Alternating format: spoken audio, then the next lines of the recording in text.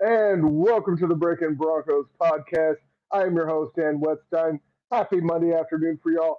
Unfortunately, right now I am by myself, but I will not be by myself the whole show. Unfortunately, Dylan's running a little late, so I just wanted to go ahead and jump in so that way we didn't get booted at anything and get here on time for y'all. So you'll just have to deal with my mug for a few minutes here while Dylan gets in, but he'll be here shortly, so you won't have to just deal with my annoying self for the entirety of the episode. But also, as y'all might notice, I am in a different location. While Dylan's not here, I'll take this time to go ahead and fill all of you in on exactly why I am in a weird position with poor lighting, poor camera, all that good jazz. Um, After 2 years of avoiding it, unfortunately, COVID has officially made it into my house. All three of the other people in this home, my wife, my son, my daughter, all tested positive. I have yet to show a single symptom. Um, I luckily had gotten my booster shortly before Christmas, and the kids brought it home after uh, staying over at some family's house. Unfortunately, it got into their home. My kids got it. They brought it home, and it was just an unfortunate situation. I'm not going to sit here and blame anybody or consternate or freak out. Thankfully, all of us are vaccinated. All of us um, that can be boosted have been boosted. So outside of the first night where my son came out and freaked me out completely because he was in another world. I mean, literally, the kid hit me in the head so hard he knocked my gaming headset off of my head onto the floor about 3 feet away from me. Like my boy's got hands. I found out.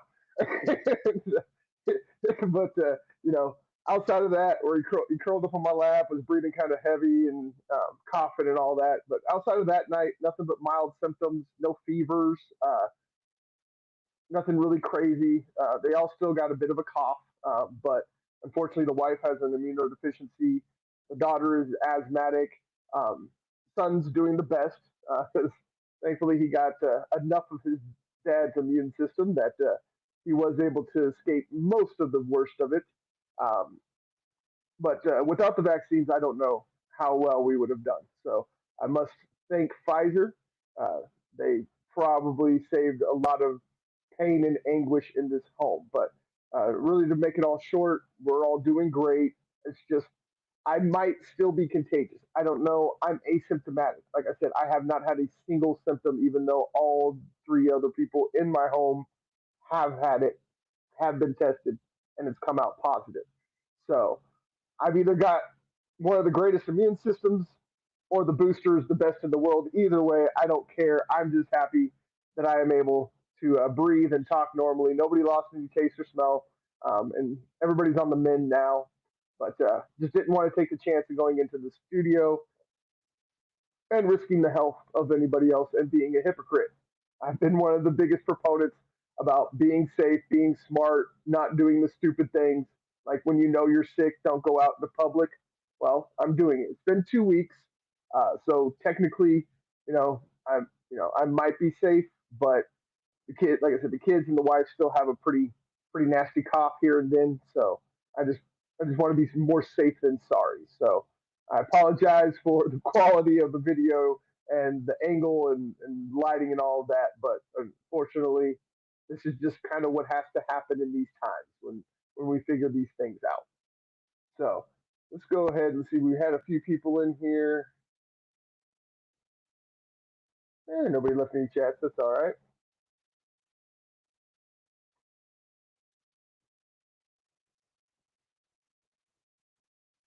But anyways, let's go ahead and get into the Breaking Broncos podcast here. Get on beyond my own personal stuff.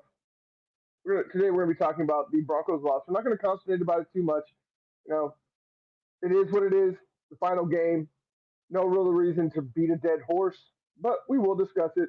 We're going to move on to obviously probably the biggest topic in Broncos country right now, which is Vic Fangio and Pat Shurmur being fired. What that means, what's going to happen going forward, and what we believe will be done in the offseason to refill those positions. Also, we're going to discuss whether fans were wrong about being happy for Vic and Pat being fired, the way that Kisla and Kliss really tried to shame Broncos country for. I'll go into that. If you follow me on Twitter, you probably already know my thoughts, but I wanted to not only give my thoughts on this venue, but also get Dylan's thoughts as well. We have the season awards. We're going to be giving out Rookie of the Year, Most Improved, Best Defensive and Offensive Player, and MVP. And then also discussing the Broncos securing the ninth overall pick for the second consecutive year and what we hope comes of it.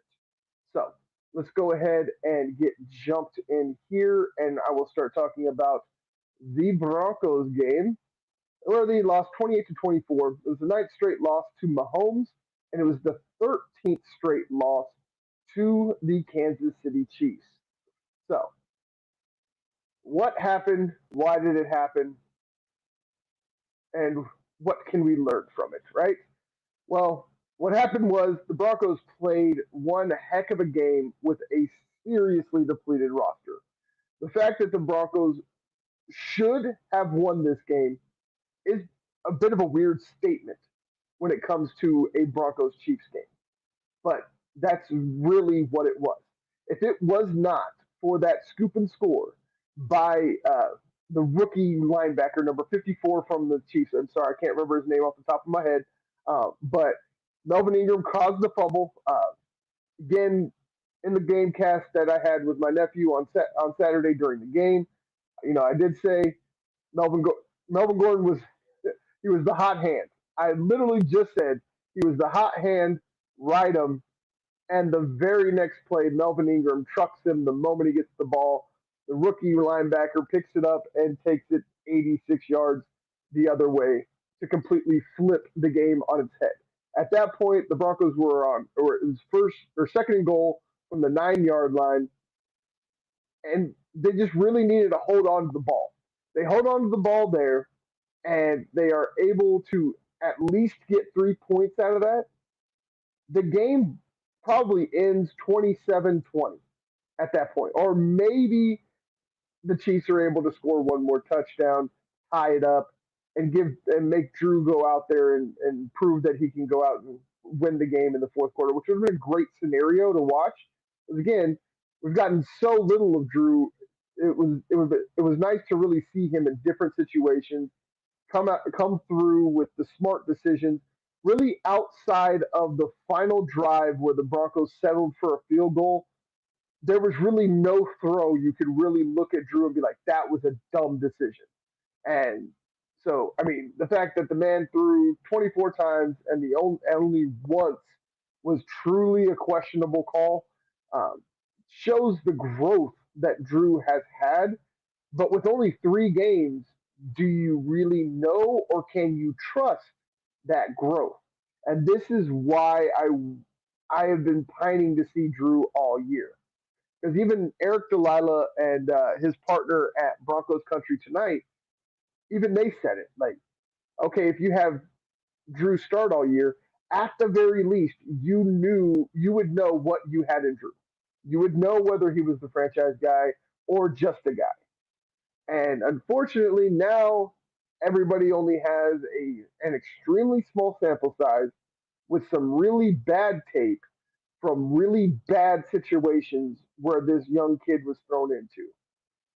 So you really, I mean, even me that wants to know what Drew is, can you really say what he is yet? I don't believe so. I believe he's better than what a lot of his haters say, but is he as good as some of his fans say? And we don't know. So unfortunately, we're going to go into yet another offseason where there is nothing but question marks surrounding Drew Lock. So even though there were some really nice things to see, you got to see Drew make good decisions throughout the game, never really press, even when he was in bad situations towards the end of the game. Like after the fumble return, he didn't panic and go out there and throw another pick to make it worse. He just went out there, he drove the team down the field, he got a field goal, and unfortunately, the defense wasn't able to make a stop at the end of the game to give the ball back to the Broncos with a chance to win the game. Um, but again, very valiant effort. Um, Great to see Tim Patrick get back on the horse, 6 catches, 95 yards. You got to see. Michael Mudia get thrown into the fire, and even though he dropped probably I would say at least two, but you can make the case that he dropped three interceptions in this game, which was another big bugaboo for him in his rookie season. Was he was always around the ball, he was always going to get past defense, um, but he just can't hold on to the ball. Like he shows why he is a defender instead of a wide receiver because the man has no hands. He's got stones for hands. So looks like OJ Mudia might have played himself into at least a much bigger role next year, maybe even a starting role. But it's like my brother-in-law Sam Flanagan pointed out on the GameCast was that he reminds him a lot of Sam Smith, a Dolphins cornerback who was a borderline Pro Bowler, maybe All Pro for the majority of his career, but for whatever reason, the man just could not catch a football. The man had uber numbers of passes defensed and things of that nature, but he very rarely ever came down with the ball. I'm kind of afraid that's what Michael Ojemudia might be, which isn't terrible. It's just that's really the difference between a average cornerback and a top flight quarterback. That's the difference between an Ojemudia and a Pat Sertan the second. That's why Pat Sertan in his rookie season had four picks. In OJ Moody's rookie season, he had one, and then turns around and in his best game of the season drops three. But I still love the kid, and I don't want to jump on him too much.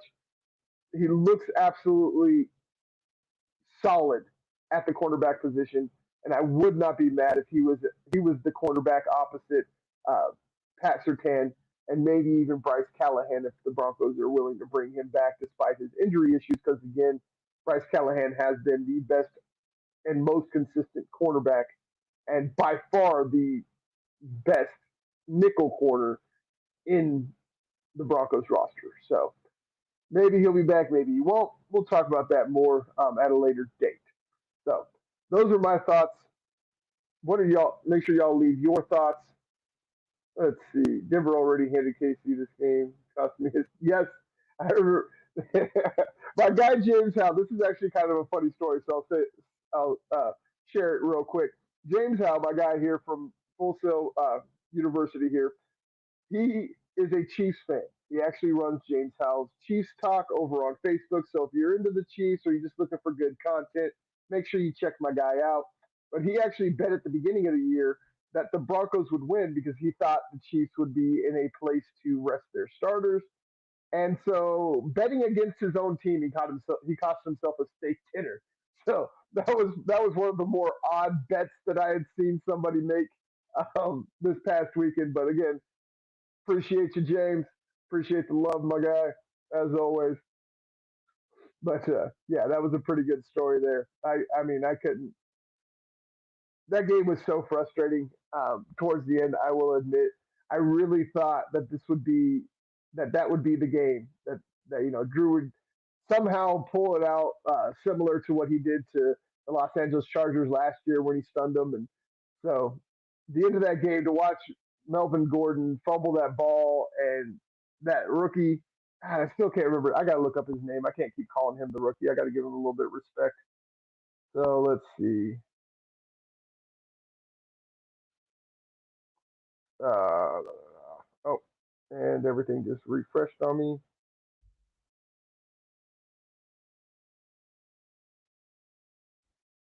Sorry, guys, bear with me. All right, there's the touchdown. Nick Bolton. There we go. Give the kid a little respect. He made a heck of a play. Nick Bolton was the linebacker that went ahead and took it back after Melvin Ingram knocked it out of Melvin Gordon's the former teammates. I mean, that's the again another one of those things about sports. We talked about it all game on Saturdays, just how odd that game was, and some of the things that we saw that we'll probably never see again. Bucker busting his butt on the kickoff. Javante Williams. I don't know if it was a footing issue or whatever. Getting timid on his first rush of the game. That was interesting. I mean, and the list just goes on and on and on. The false start on the center, where the snap was never given. like the center snapped the ball, but I guess Locke wasn't ready for it, so he never took it. I mean, the list just goes on and on there. So it was a very odd game. It was definitely an entertaining game, and it was probably the most entertaining game I have had as a Broncos fan watching a Broncos Chiefs matchup, probably since Peyton Manning. I mean, every other one's just been a mollywop. I think this is actually only this is yeah. In the 13 game losing streak, the Broncos had maximized their scoring to 21 points. So Drew was able to go out there and put up more points against the Chiefs than any other quarterback since Peyton left. So there's like I said, a lot of positive things, also negative things. I don't want to consternate too much here. Let's go ahead and move on to Vic Fangio and Pat Shurmur getting fired because it looks like my guy Dylan just got in here. Give him a few more moments to get his camera on, and we'll get him added to the screen. I see him just popped in here. Let's go ahead and get that handled. Can you hear me, Dylan? Let me see what's going on here.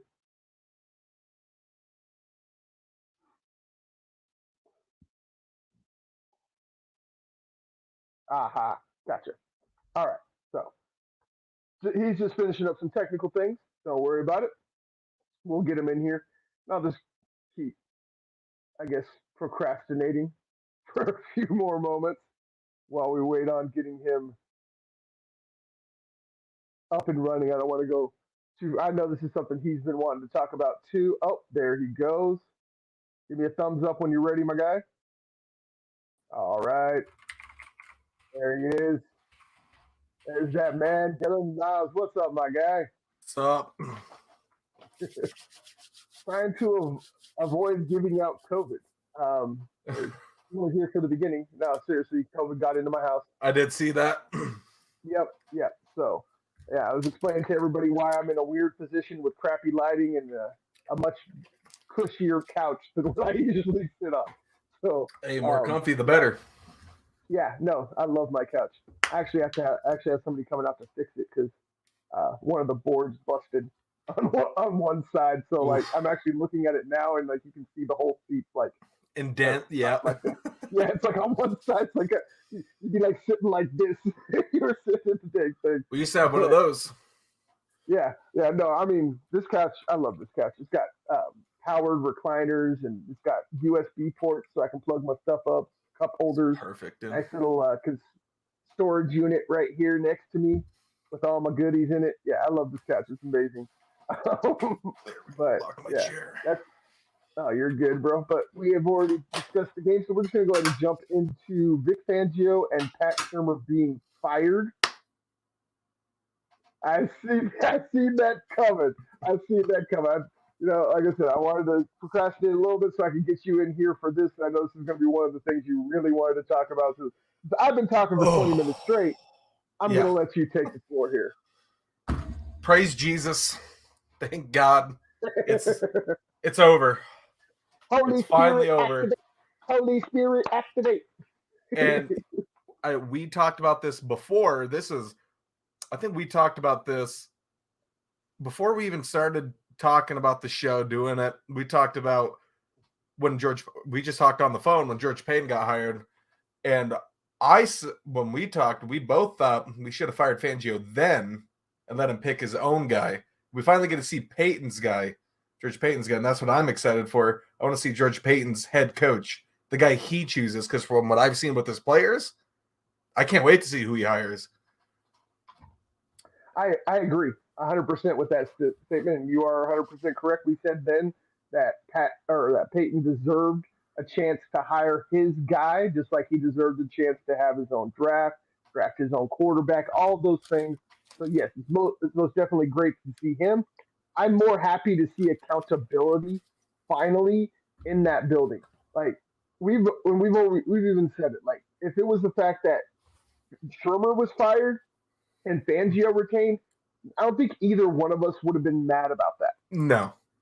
It would have been World War III if they both would have been brought back. Yes. But the fact that Peyton now gets his chances, like you said, we've talked at nauseum about Peyton and his talent evaluation skills. So if he's that good, I want to see, just like you said, if he has the same type of chops when it comes to finding a coach. And I love the things that he said, which are we're going to cast a wide net. I know that a lot of them are cliche, but when he was pressed and he was asked specifically, will you look at college coaches? Yes, we will look at college coaches. Will you only look at coaches with previous head coaching experience? No, we don't care how much experience you have. If you're a new guy, you've never coached before, and you blow us away, we're still going to hire you, and I don't care what anybody else has to say. And that's another thing that I love about George Payton is like he's calm, he's professional, and he's respectful, but you can tell he gives none. Like he Mm-hmm. is the man in charge, Oh yeah. and he's a football guy that's going to make football decisions. And he reminds me a lot of the hires that Pat Bolin made, which another reason why I love him so much is that again he's the right guy in the right position, making the right decisions. So I trust in Peyton. I believe he's going to go out there and find an absolutely epic candidate. And so, with that being said, who are your top five candidates? Ooh, I don't know if I could name five, but I the one I know we've talked about before is which one is it? Jim Harbaugh. Yes, That's my main guy I want to look at because I love him so much. I do. I do too. I do. That's one of the big ones is because the man's coaching the NFL. He's coaching the Super Bowl. Well, 4 straight NFC championships with the 49ers, something like that. It was no 2 straight championships, 1 Super Bowl, And then a and championship the three next playoffs. year. Yeah, yeah, Super Bowl championship and one other playoff. Yeah, I think that next year after they lost the Super Bowl was also NFC championship because that was the Seahawks one. Seahawks Uh, Niners. no, that was the one. That was the year after the Super Bowl because his last season Yeah, he that's went what I'm 8-8. saying. It was 4 straight NFC championship games. You go NFC with the Super Bowl, and then another loss in the NFC championship. Yeah, well, no, his fourth season he was 8-8 and didn't make the playoffs. You might be right. Yeah, because that was because his first year he went to the playoffs with Alex Smith. They got booted in the first round. Second year it was Alex Smith and Kaepernick. Kaepernick took over in the playoffs, took him to the Super Bowl. Next year after that, Kaepernick took him to the championship, and then the final year he was 8-8. If I'm I'm not looking this up, mistaken, damn it. but anyways, while you look that up, I'll go ahead and I'll give my 5 candidates because I'm a little bit of a cheat here. I Yep. already gave my 5 on Twitter. So my number 1 is Jim Harbaugh. Number 2 is oh man, I'm blanking. Okay, now. yeah, it was 3 straight. You were right. It was 3 Okay. straight. I thought so. All right, but let me get my. I'm gonna go ahead and pull up my tweet here because I'm completely spacing crap. Yeah, but now. Jim Harbaugh's my number 1 at least, and I can name my other 4 later. Yeah, no, you're good. Let's see. I just gotta pull up the tweet here. It's right here. There it is. All right, number 1 Harbaugh. I don't know why I couldn't remember these. Number 2 is Daboll from the Bills. Number 3 is Bowles, the defensive coordinator from the Buccaneers. Horton, I know that's the dark horse that I know is probably going to throw a lot of people off. You probably don't know who he is, but he is the special teams coordinator for the Ravens. Yep. He is. I mean, when you look at the special teams record, it's immaculate. When you watch the Ravens, there's just something different with the way that the players react to him than the other. Even the head coach, John Harbaugh. It's kind of crazy to watch, but he seems to really take over the sideline, which is something weird for a special teams coordinator. And that's the guy you need. Right, exactly. It's like he's the guy that's supposed to be off in the corner, but yet he's still stealing the spotlight. That seems like there's something special there. I would love to see him at least get an interview. And then my number 5 guy, he's a free agent. He's won a Super Bowl. He's the only one really out there eligible that you would hire that's got a Super Bowl on his resume, and that's Doug Peterson. Mm-hmm. And Doug Peterson, a lot of people might not like that decision. I know the man's an amazing coach, but with all the drama and all that still, I would still take him if he was available, if he decided to interview.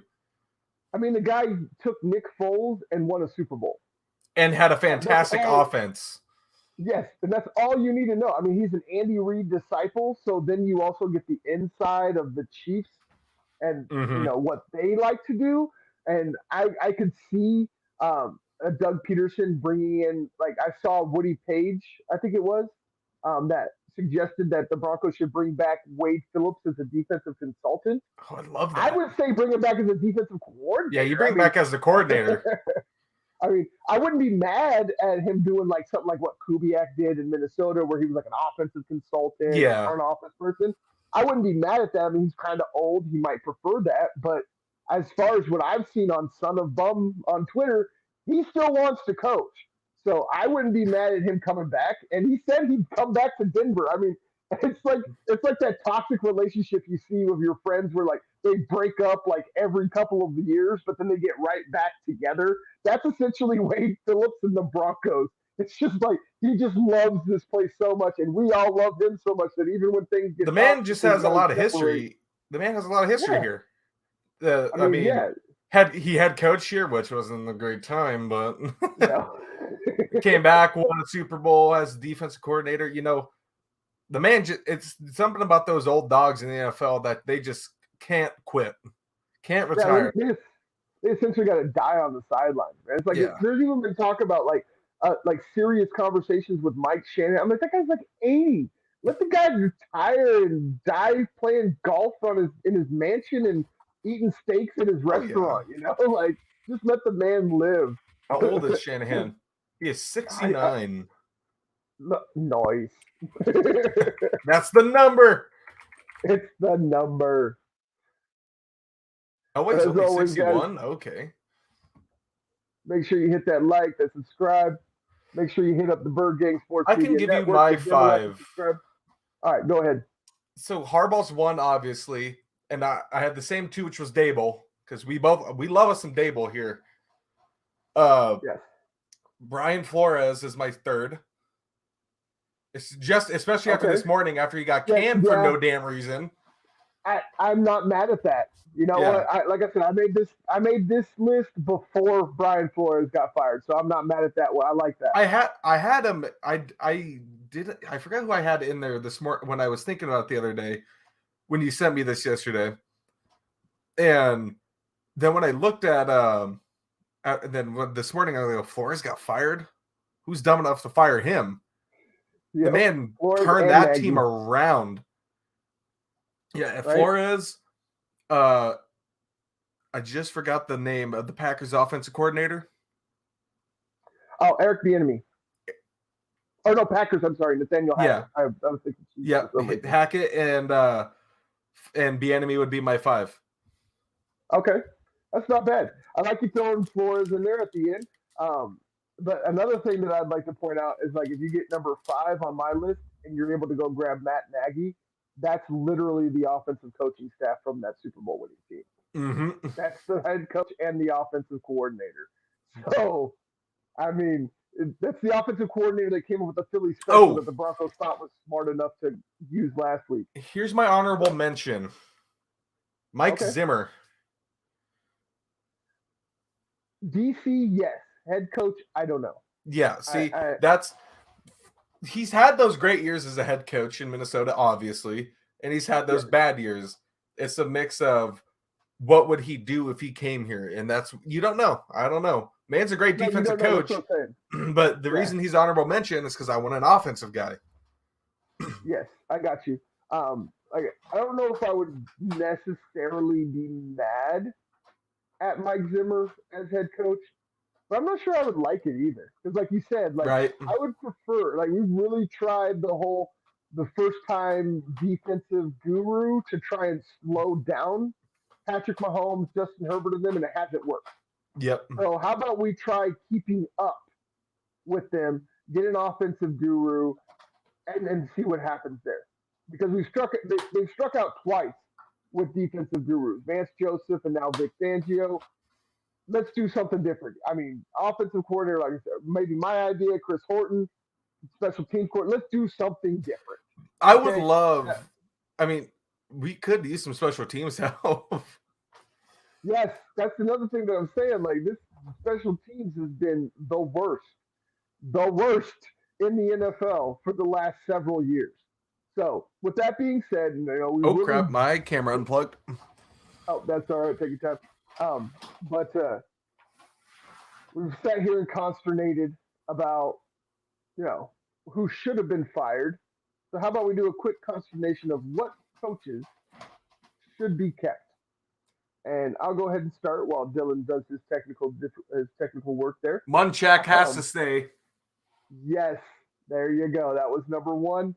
Mike Munchak must stay. I also believe that Herring, the inside linebackers coach, uh, I think he's shown with everything that's gone He's on done with a the great middle linebackers, job. seven different middle linebackers, seven different outside linebackers played for the Broncos this year. So get you back up there, boom, boom, boom. Yeah, like and all the rookie linebackers that he had this year, Browning and Cooper. Oh yeah, Browning, Cooper. You also had Jonas Griffith, who was starting or playing on an active roster for the first time and was on pace for like 180 some tackles if he had a full 17 game season after Yeah. just three starts. I mean, and the list just goes on and on and on. And then always being ready, always knowing the plays, making sure that people are in the right places. So, yeah, I think him and Bill Kolar, those are the only three that I can sit here and say I want to keep. Oh, definitely. And I because I was late when you texted me, and you texted me that new number because I was trying to text your old one. Oh, gotcha. And it wouldn't deliver. I'm like, what the hell's this? I was trying to tell you I was going to be late. You're good. Yeah, I had that problem. Like something went crazy when I swapped services. For some reason, it was still showing my old number, and then when it changed to my email address. And so then I had to go into my settings and correct the phone number. So now that I could actually give out my phone number to people. So I apologize. No, I you're thought fine. I got it to you, but and now you got it. We're good. The one thing I wanted to talk about this is just a quick bit before I get back to the coaching. I remember I was sitting there watching the game, and my parents were out that day, and it was the Melvin Gordon fumble. The fumble heard around the world, damn it. Yes. And I remember I just texted my dad and I go, Melvin Gordon sealed his fate as a Denver Bronco. Yep, I 100% agree. I feel like I kind of jinxed it. I feel bad because I was doing the game cast with my nephew Weston during the game, and I had literally just said, Melvin Gordon has been the hot hand. Let's go ahead and ride him. Literally right before that play. 30 seconds after, Melvin Gordon blows him up and the ball goes the other direction. I'm like, well, that's not what I wanted to have. And the one thing I will give him, it's still his fault, but it's not that much of his fault, is that it broke through. That play just got broken through. Yeah, as soon as he got the ball, he just got hit. Yeah, Ingram turned the clock back about 10 years, met his ex-teammate in the backfield the moment he got the ball and just trucked him. So that's what I said. Is I don't want to blame Melvin Gordon too much, but you're still an NFL running back, and you still got to kind of hold on to that ball. Yeah, but I was just sitting there thinking, I'm going to go, we're going to see a fresh new team next year, and that has me excited. We're going to see a lot of new faces. We're going to see some familiar faces and a lot of new faces. Who knows? Yeah. Drew. I still think Drew played well enough this week, like we talked about last week. He had to play well enough to stay on the team. Not necessarily starter, but stay on the team. Right. He played fantastic. I think he did too. I mean, it was like I discussed before you got in here. There was really only one throw on the final drive where they settled for the field goal, that one where he threw it into double coverage in the end zone, and Patrick still almost came down with it. Oh, man. That was really the only throw in that entire game that I was like, yeah, that was stupid. And once again, the whole game came down to coaching again. Yeah. And bad decision-making, bad the one time they don't go for it on fourth down. Right. That was my biggest thing. Like, dude, it's the fourth quarter. Like, you went for it like 3 times in the first half. Yeah, and you won't go for it on a 4th and 9. Your offense is on fire. Right. And you just missed a touchdown by mere inches the play before. If if Drew throws that just maybe 3 more inches towards the pylon, Noah Fant catches that and falls into the end zone. Yeah. I mean, it's just a mere matter of inches. You also have that Jerry Judy. Uh, I mean, maybe off target, maybe drop in the first quarter where he had dude burnt. He had Mike Hughes burnt by at least 10 yards. If he catches that ball, gone. Bye. Mm-hmm. You're not catching him. So there's another touchdown off the board. That's 14 points right there by just a matter of millimeters. So, And I mean, it's a game of inches. look, yeah, and just when I'm looking at it, I'm thinking, especially coming up into this offseason, when I'm looking towards the coaching side of things, I'm really looking forward towards free agency right now. Until the draft, I look forward to the draft when the draft is here. I don't think about it right now until we get to, what is it, March? March what is usually when free agency happens? March 15th is the end of the new league year. Yep. So right around March 15th is when things is going to start getting exciting. Yes. Right now, we're just looking at coaches. Who knows? They probably won't even have a coach until then, but... Yeah. And also remember that even before trades or even before free agency, right now, teams can still make trades. You can't confirm that, you can't finalize them until the end of the league year. But just like we saw last year, a lot of trades happen. And this has really kind of been a thing that's been happening more and more over probably the last 4 years, because probably about 5-6 years ago, it was almost unheard of for any transactions to happen between the end of the season and the Super Bowl, because the NFL never wanted to distract from the playoffs, but they found out we're an unbelievably too big to fail machine that it doesn't matter when you give out the stuff or make and let them do these transactions. Everything's going to work out, and it's a 24/7, 365 cycle, even though you only have a roughly 5-month season. They're still able to fill up those other 7 months with content, no matter when these transactions happen.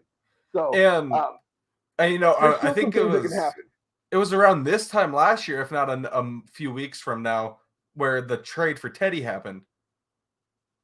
I believe it was right somewhere before the draft.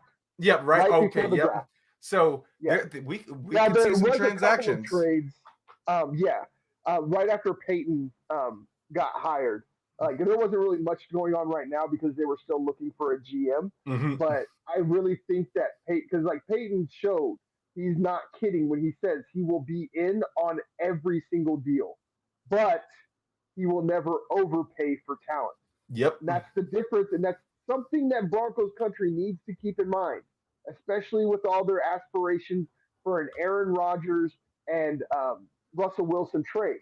Remember that Peyton was in on the Matthew Stafford trade until the second first-round pick came into play. Yep.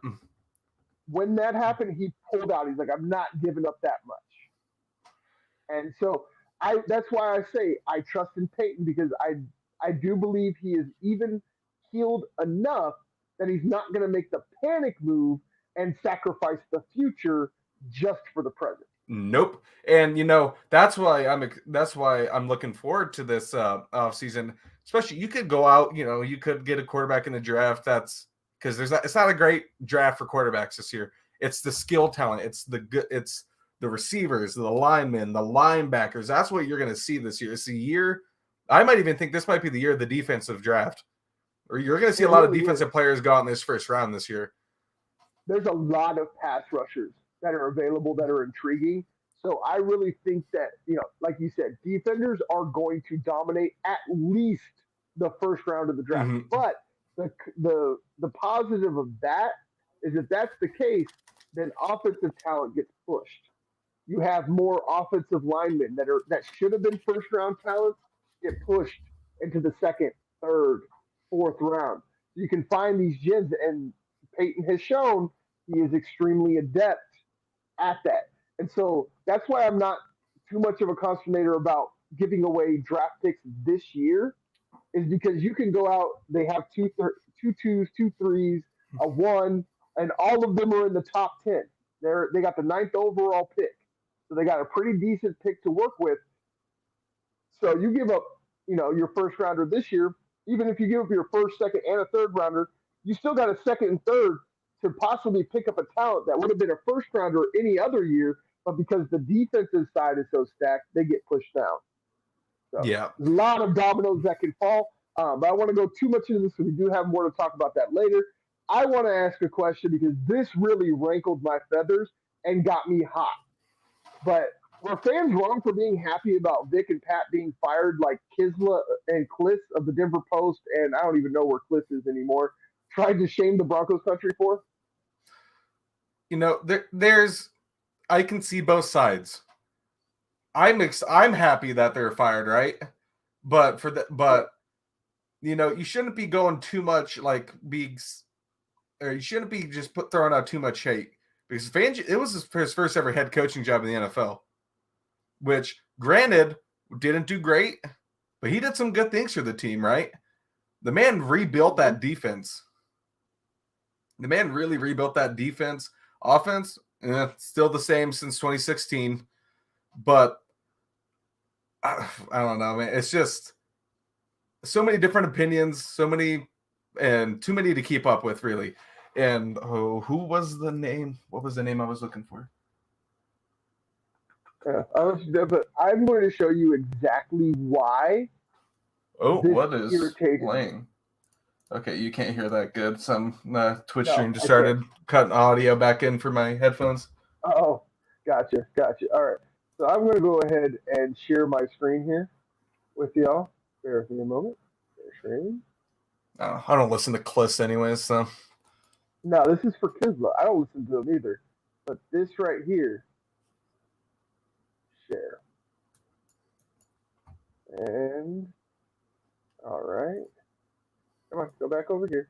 Boom. All right, it's got it here.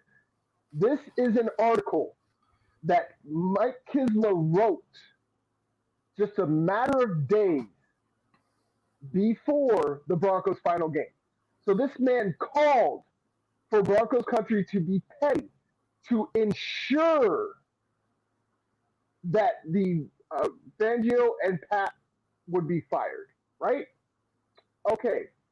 So where do you get the audacity after trying to incite pettiness to call out the pettiness that you tried to incite? No, I don't know how some people still have writing jobs in this world, media jobs. That's what I'm saying. And that it's different. This is kind of similar, but not very similar to the Jacksonville situation where the fans were going to protest and knock out of the game or dress up as clowns at the final game. It's different when fans do it. If you have a professional writer putting it in the Denver Post like that, it's unprofessional. Right. Granted, I haven't been doing what I'm not him. I haven't been writing for Denver Post for how many years he's been there. But it's just unprofessional to do that. I don't understand. Like, how hypocritical is that? Like, you literally write an entire article. You get paid to tell people to be petty, and then when they're petty, you call them out for it? Yeah, it's very similar to the situation you were in about a lot around this time last year and a bit with the people who shall not be named on the Twitter sphere. Yes. I agree. It's like the similar situation. They're being petty and then calling you out on your pettiness. Exactly. It's like the cognitive dissonance is so apparent. I don't understand how they can't see it themselves. It's just absolutely insane. And that's why it really drove me nuts. And Kliss is the same way. I mean, it's the reason why people in Denver call him Kliss ass. He is literally the guy with the lips secured to whoever in Dove Valley he has to have secured to their anus just so he can get whatever information he needs. And half the time, it's BS information that they fed him to send people off the other way. Like, how much are they paying that man? I don't know, but whatever it is, it's too much. And it's like I said on Twitter, they both deserve to join Fangio and Shurmur in the unemployment line. Like, I'm not normally a guy that's just going to clamor for somebody to be fired, but if you are that hypocritical, you are that much of just a douche nozzle, you don't deserve to be telling people what they should think or believe about anything, even sports.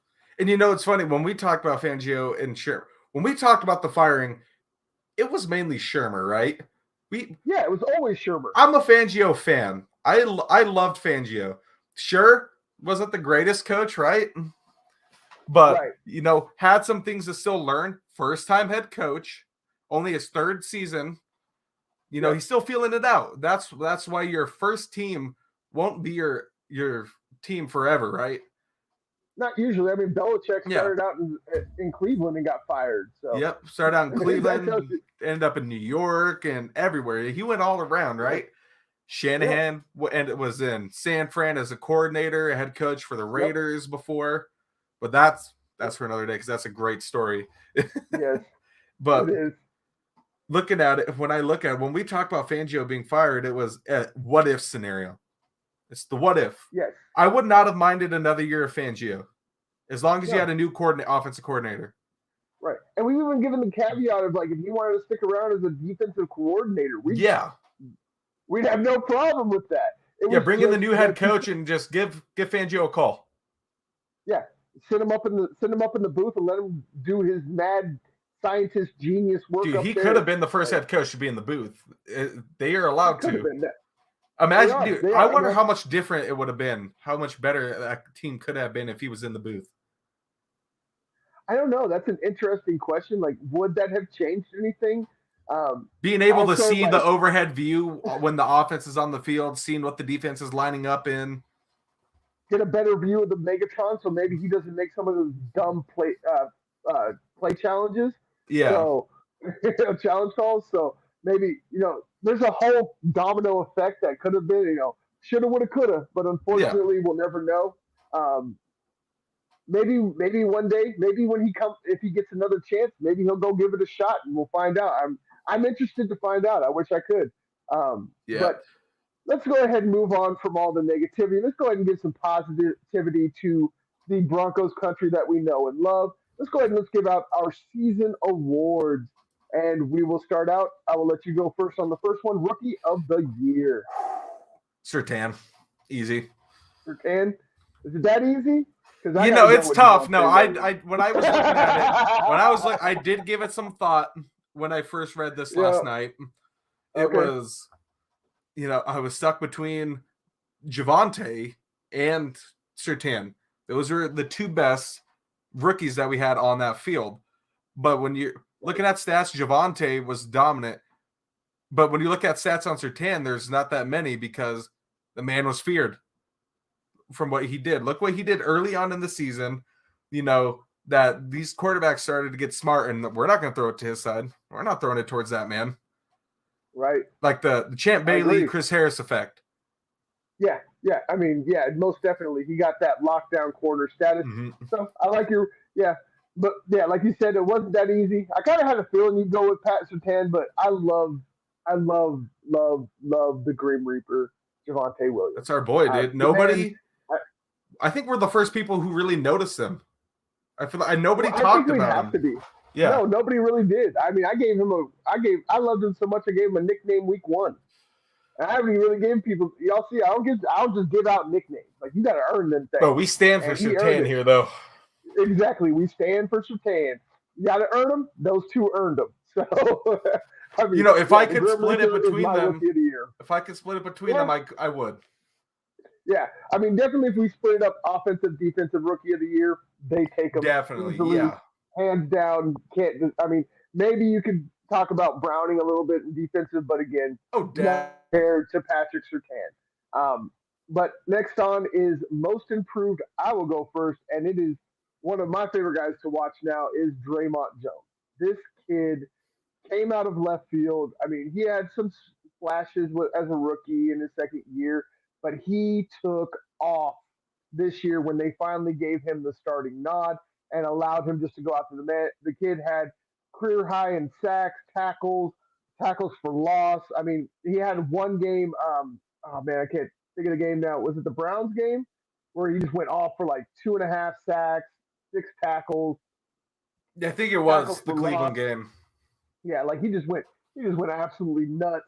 And there was a couple of games where he would just like take over entire series, and he would cause a 3-and-out, a lot like we would talk about Shelby Harris or Malik Jackson doing back in the day. He does. I believe he has that type of talent. And then with the He might addition of even be Weatherly, better. just boosts him more. Yeah, I love Weatherly. He's another guy there that came in. He was really the yin to Malik Reed's yang. Malik Reed's more of the pass rusher. He's more of the run protector. Mm-hmm. So they were a really nice compliment. I like to see together. I would love to see both of them back again.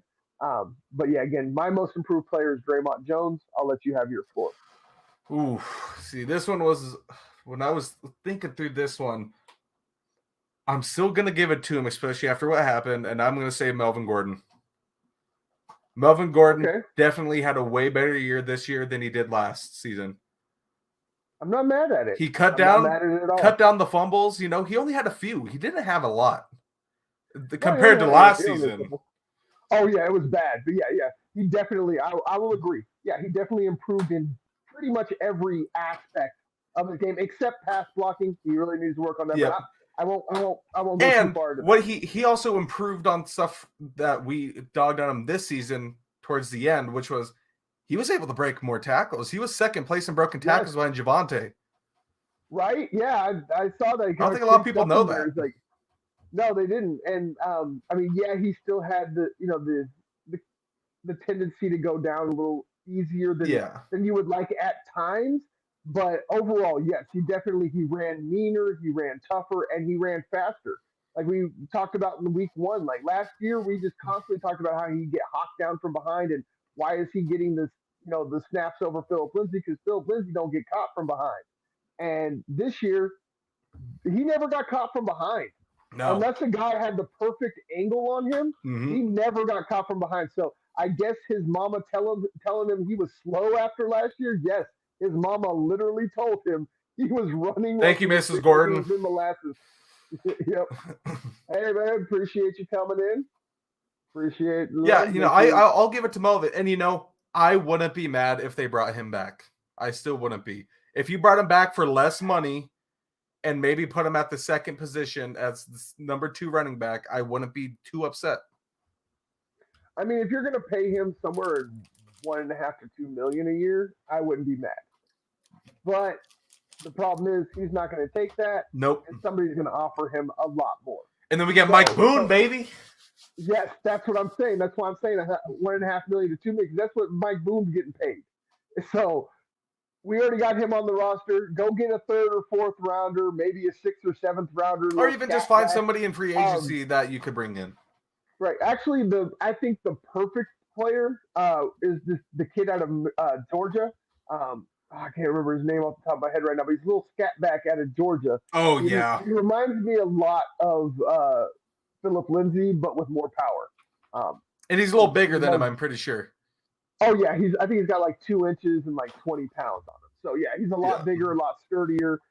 So those in Broncos country that had so much of a consternation about Philip Lindsay's size can't really have it on that kid. So and like I said, with him and all the defensive talent, you could probably get him in like the third or fourth round, and he's probably going to run somewhere in like the 4.3, 4.35 range. Like he's stupid fast. So, and that's the one thing that's really missing out of the backfield in Broncos. Like Boone has a lot of speed, but he's more of a 4.45, 4.5 guy. And you're going to bring him in on those situations where you need him to power through for 3-4 yards. Yeah. And I mean, he is a bit of a scat back, but again, he has a lot more power than what you would want in like a third down back. And like I said, this kid, he's going to be a specialist. He's going to be like a Jerick McKinnon. He's going to be that gadget player out of the backfield, and he's not going to take any snaps away from Javante or Boone.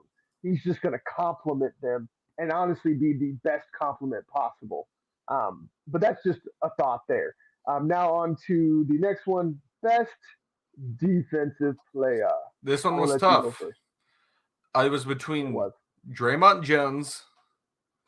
Between Draymond Jones and Justin Simmons. Because Jay Sims is always the obvious choice, right? Draymond Jones had himself a fantastic year. Draymond Jones had a great year.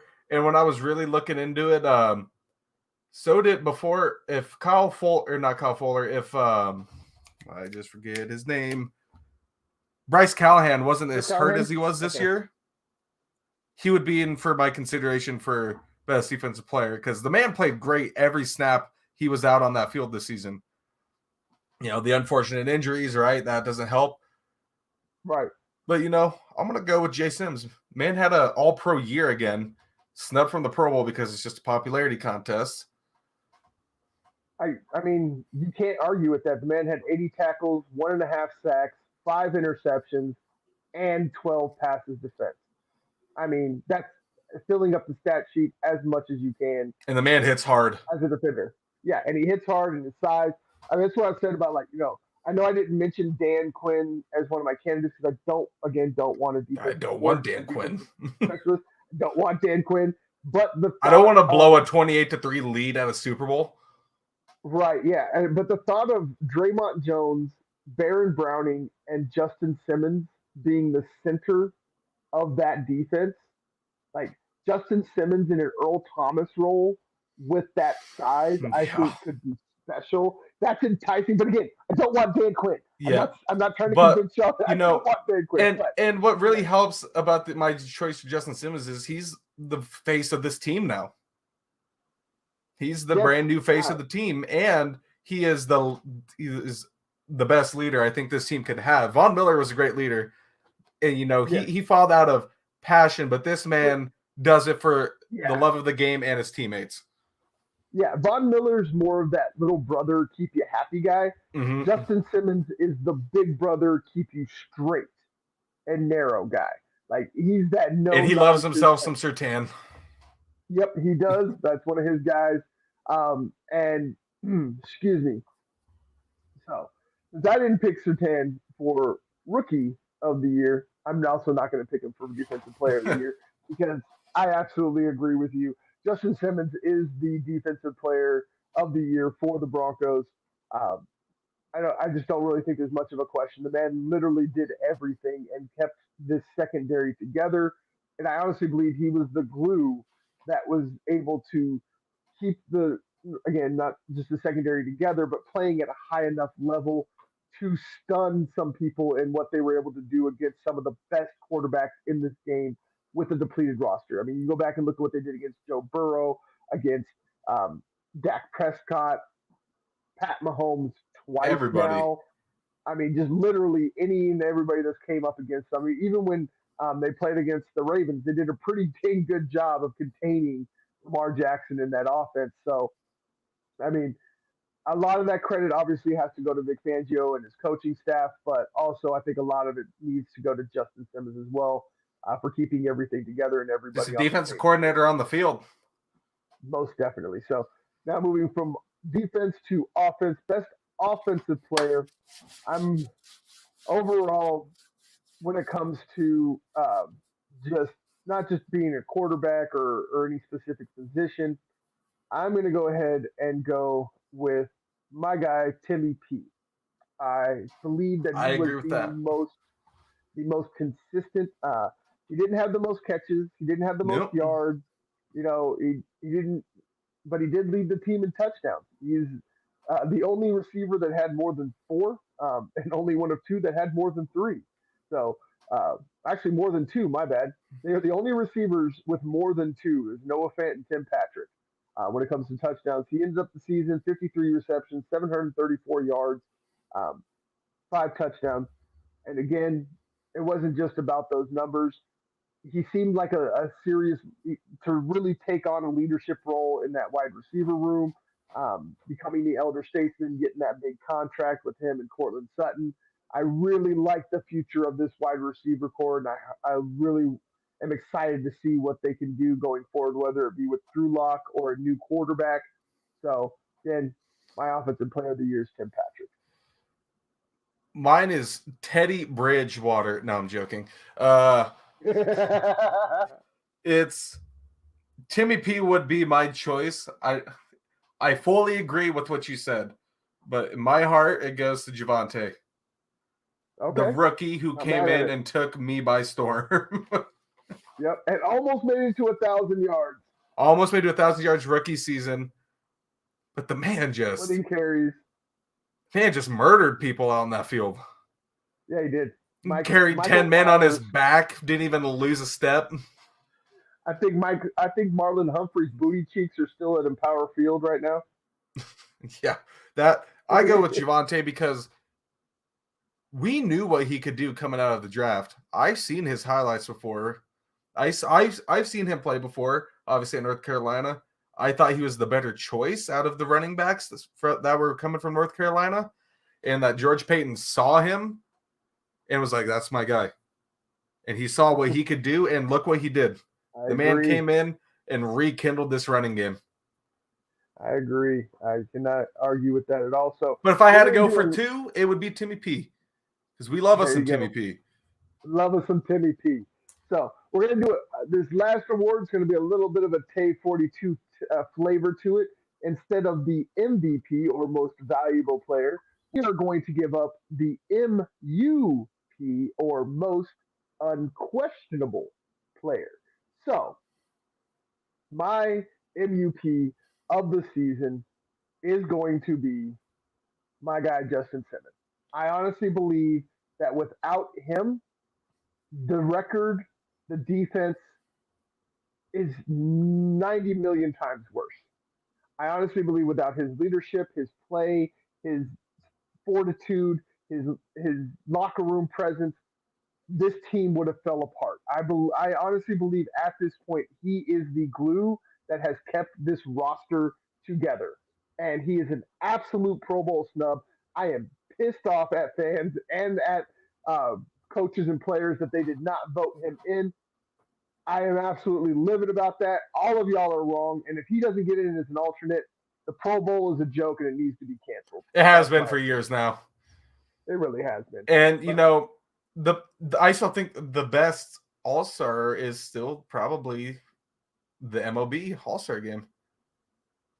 It might be. I mean, and even then it's a popularity contest, but it's just so much. Basketball game is fun, but it's like the Pro Bowl's like the biggest one out of all of them, and it's such a joke, and it makes me so mad. It really is. But I'm going to agree with you. I don't have anything else to say other than Justin Simmons. There you go. And the man earned that contract he got last offseason. Definitely earned it. And we're looking forward to many more years and maybe an extension here in the next couple. Yeah, it's very rare that when a player gets a mega deal that you can say they probably outplayed the mega deal. And Justin Simmons just did that.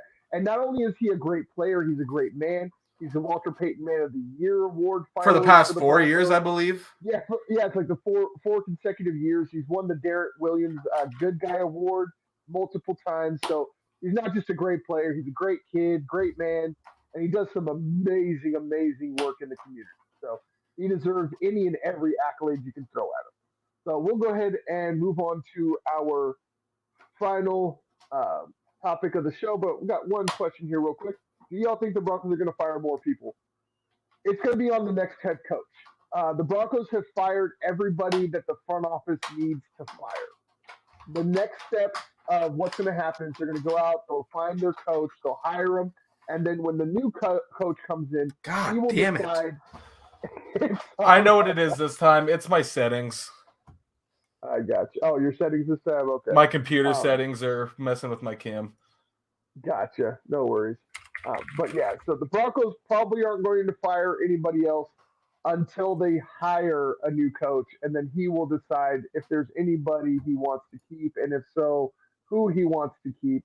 We did talk earlier about who we would like to see being kept. I don't believe you were in there, so I'll go ahead and give you a quick recap of that. We would like to see at least both line coaches. If nobody else gets saved, Mike Munchak and Bill Kolar are two of the best coaches at their position. You got to be stupid if the new head coach. If you got to be stupid if you're the new head coach and you don't keep Mike Munchak. Exactly, or Bill Kolar. Or Bill Kolar too. Yeah. Bill Kolar is arguably the best defensive line coach in the game, and Mike Munchak is arguably the best offensive line coach in the league. And they're overall great guys as well. Yeah, exactly. And they want to be here. Like they both want to help. Denver. Yeah. Mike Munchak, the reason he's here and he left Pittsburgh is because his daughter lives in Boulder. He came here so he could be close to his grandkids. He doesn't want to leave. All the next coach has to say is we want you and he'll stay. Same thing with Bill Kolar. He's been in Denver almost his entire career. Um, so no, those I two we would mean, like to Matt Mann's see. seen so many head coaches. He really has. That poor man has seen him all, and he's been a head coach. So that's another reason why I love having him around because you ever have, especially nowadays with COVID, you end up having There your we go. It coaching shouldn't staff. happen again now. There we go. But yeah, you have your coaching staff end up, they all end up getting COVID. But Munchak can slide right into that head coach role and take over for a short period of time while you let your coach mend and Or things you of just that hire nature. Mike So Munchak as your head coach. No, I'm joking. No, I want he no, has to yeah, stay as that O line I don't because think look what he did to that O line. He turned that's what Garrett I'm Bowles' saying. dumpster fire of a career around. Yeah, Granted, he until didn't this have year that where great he of a was year, but it's way right. better than his first 3 seasons. Yeah, but it definitely wasn't the coaching. It was a regression of talent and age. Because again, everybody needs to remember Bowles is old. He was old as hell coming in the league, and he's already over 30, and he just got his first contract. So I mean, it's just. Again, I don't want to go on it too much. I know that's your guy and stuff. I don't want to hurt your feelings and No, stuff. Dalton's No, my I'm guy. just messing with you. Who's that? Dalton Reisner's my guy on that line. Yes, I absolutely. Dalton Reisner and now Miners. Those are my guys. Quinn Miners, especially after that in the KC game, the first game, when he just piled Dude, over 10 people for Javante. bro. Yes, yes. It was, I mean, and even yesterday, like, there was more than one occasion where he stood out as an offensive lineman. Like, you're not in the good way. It's not like Garrett Bowles were holding 72. Yeah. That's how he stands out. No, Miner stands out because he goes out and he bulldozes like half the He's defense curb to stopping create a people out in lane. that field. Exactly. So, We're going to go out there and real bust some quick, knee. yeah, real quick before we go, Broncos have the ninth pick for second consecutive year. What do you hope comes of it? I think the main thing I'm looking for as of now is either a pass rush or an inside linebacker. We need a linebacker for covers tight ends. I'm not saying we're looking straight for we're looking for a Micah Parsons exactly, but a guy like that can do everything, that can cover tight ends, that can pass rush, that can cover the run, do whatever it needs. I think that's what I'm looking for is any linebacker, but mainly Okay. a mobile linebacker that can cover the tight end because that's what killed us this year. That's what killed them mostly. Baron Browning actually did a pretty good job. I Once think he stepped last time in, I it looked, turned yes, around. yes, I think if he can stay healthy, he might be the answer there because I think the last time I looked, his coverage rating was like 85.8 according to Pro Football Focus. So he's doing some things. I mean, we talked about it. Some of the pass defenses he's had over the middle where he's getting up Mm-hmm. like he's LeBron James trying to dunk it or something. But Like I wouldn't it's hate been another corner or safety. no, no. I wouldn't either on either of those. When it comes to the ninth overall pick, I mean, I honestly believe it will be turned into a quarterback. Whether it's them picking a guy at 9, moving up in the draft, or trading that pick away for a Russell Wilson or an Aaron Rodgers. Yeah, So, yeah, and I think the most likely scenario is that the Broncos don't even pick at 9. That it's going to be Seattle picking at 9, both in the first, second, and third rounds, and then another first rounder next year with Drew Lock as their bridge quarterback, and maybe a Jerry Judy or a Bradley Chubb thrown in on the deal as well. That's what I believe is going to be. And honestly, I think that would be the best case scenario. Again, I love Drew. I would love to see him succeed in Denver, but I do think he needs a fresh start with definitely. a bright offensive mind. So I And believe that especially the way that team just abused him, that staff abused him. bro, I'm trying to The tell you. man, this last season, he didn't play super great, right? But he wasn't the worst quarterback in the league. He wasn't a Daniel No, Jones out there. Right, exactly. And a lot of people don't want to talk about because before Drew Lock started these 3 games, all they could talk about is, oh, he's going to throw 4 interceptions every game. Didn't throw Uh, a single Not interception. one, Yeah, not one. And the only turnover was that fumble in the Cincinnati game. that bad luck. That, yeah, absolutely bad luck that he almost turned into one of the greatest like comeback Yeah, he hustle knocked it stories out. ever. I don't think that guy should have And the been Broncos got down. it back. I don't think he should Yeah, have been no, down because they were fighting for the technicality ball. bullshit. Yeah, Yeah, because they were yeah, fighting for the technicality ball. bullshit. Yeah, it's bull. But yeah, he turned that around. I don't blame that on him as much because he got that. He was able to rush down and get that ball back. Inevitably giving the ball back to Cincinnati, but yada yada. Who cares? Yeah, no, most definitely. So honestly, like I said, I believe it's going to be turned into a quarterback. Now, with that being said, I would not be mad if, because we did say, keep in mind, George Payton is not going to mortgage the future. He's not going to give up more than what he believes the player is worth. He does not care how good that quarterback is. If he He could will not get force an the issue. Aaron or a Russell for one first round pick and a couple of late rounds, like mid round to late rounds, that's like the best deal you could get. I mean, yeah, if that's possible. I mean, Russell Wilson, I think the opening bid's going to be 3 1s, a two, and a late rounder. If Yeah. not 2 1s, a two, and like a top tier talent, like in the Broncos case, like a Bradley Chubb or a Jerry Judy or Cortland Sutton, something like Yeah. that would have to be the package. Aaron Rodgers, you probably get for a little bit less because he's older. Now, when you want to bring in the monster trade that could happen would be um, the Deshaun Watson trade. I think that Peyton would essentially give just about anything that the Texans want for a guy like Deshaun because he showed he was one of the Broncos were one of the more active teams when it came to acquiring Deshaun Watson. His Yeah, age, his Peyton was talent, all all over that. that. Even when Right. it was cold, nobody was talking about it. He's still on that phone. He's still giving calls, Yep. sending emails. He wasn't kidding when he said he will be in on every single thing. But again, if he's not able to, and they're not able to get any of these veteran quarterbacks, I would honestly rather see Drew Lock get another shot than one of these rookie quarterbacks. Yep, Because so would can you I. honestly tell me that you've seen any of these rookie quarterbacks that are better than Drew that don't need at least a year, if not more, of seasoning? I mean, maybe Matt Corral, but again, if that's the case, he's going number one overall. They're picking ninth. It doesn't matter unless they trade away everything to get up because George Payton absolutely fell in love with a Matt Corral or somebody of that nature. And when I'm looking So at I would, the Drew situation right now, is I've seen him improve by not playing right there, right? Being under right? Teddy really helped him out. It did. Being under Teddy, studying under Payton, it made a difference. And another thing I want to point out that Payton said is he said that Drew is 100% in the picture right now as starting quarterback for 2022.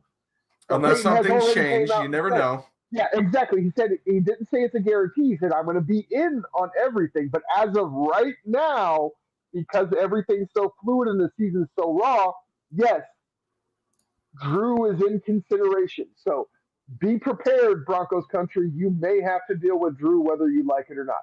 But here, real quick before we go, we have some questions. Is this the last Breaking Broncos episode for the season? No, no. We just got done talking about the NFL is a 24/7, 365 news media Episodes might be a bit short because behemoth. there's not going to be much to talk about after the Right. playoffs, right?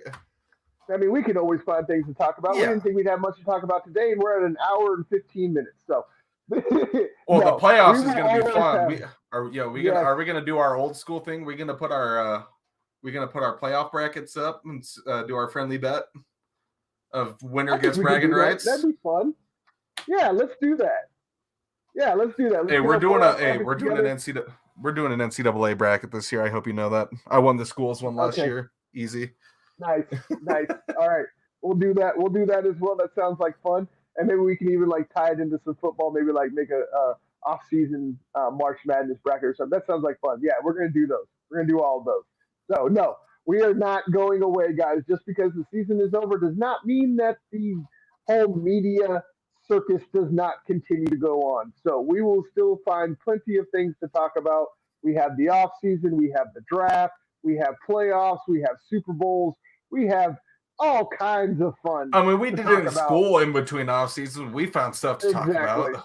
Exactly. So It no, may have no been some worries at stuff that all. nobody wanted to hear, but we had fun. Hey, we had fun. Exactly. And it will still be the same time, Mondays, 2 to 3, every Monday. And Or 2 to hello, Monday. 3:15, depending on how long we You want to know, go. depending on how much hot air we have on that day. Um, that would be cool. Continue to talk football talk. Yes, always, always, always, year round, 24/7, 365. Y'all can catch us, as you see, right down here. Bloom, bloom, bloom, bloom, bloom, bloom, bloom, bloom, bloom, bloom, bloom. And that guy over there, that is our Twitters. Make sure you hit the twits. I We barely like the post twits, anything, but follow me, please. right? Maybe I'll post if I have followers. Hey, there you go. Give Dylan some followers. Maybe you'll get some more takes. Um, as always, check us out at underscore the answers 42. We have Twitter, Twitch, Instagram, Facebook, all those things. Check out my guy Dylan Miles at Dylan underscore Miles 147. Make sure you check out Bird Gang Sports Media Network, Twitter, YouTube, Twitch, all the same places. Make sure you give them a nice love, like, blah, blah, blah, blah, blah. Subscribe. If I could talk all of a sudden, losing words. I had to ask for the people. Yes, you did. And you record you, Dan, around family talking sports. You probably should. Make sure that the volume's turned down a lot on the microphone because I might blow it out when I'm talking with family. Like on Christmas, I literally ran my dad out of the house because he couldn't turn his hearing aids down low enough because I was so damn loud. But yeah, it could definitely be some high quality entertainment for the fans watching me go back and forth with some family members about sports. But again, we love y'all. We appreciate y'all coming in. I think this is a good place for us to end it.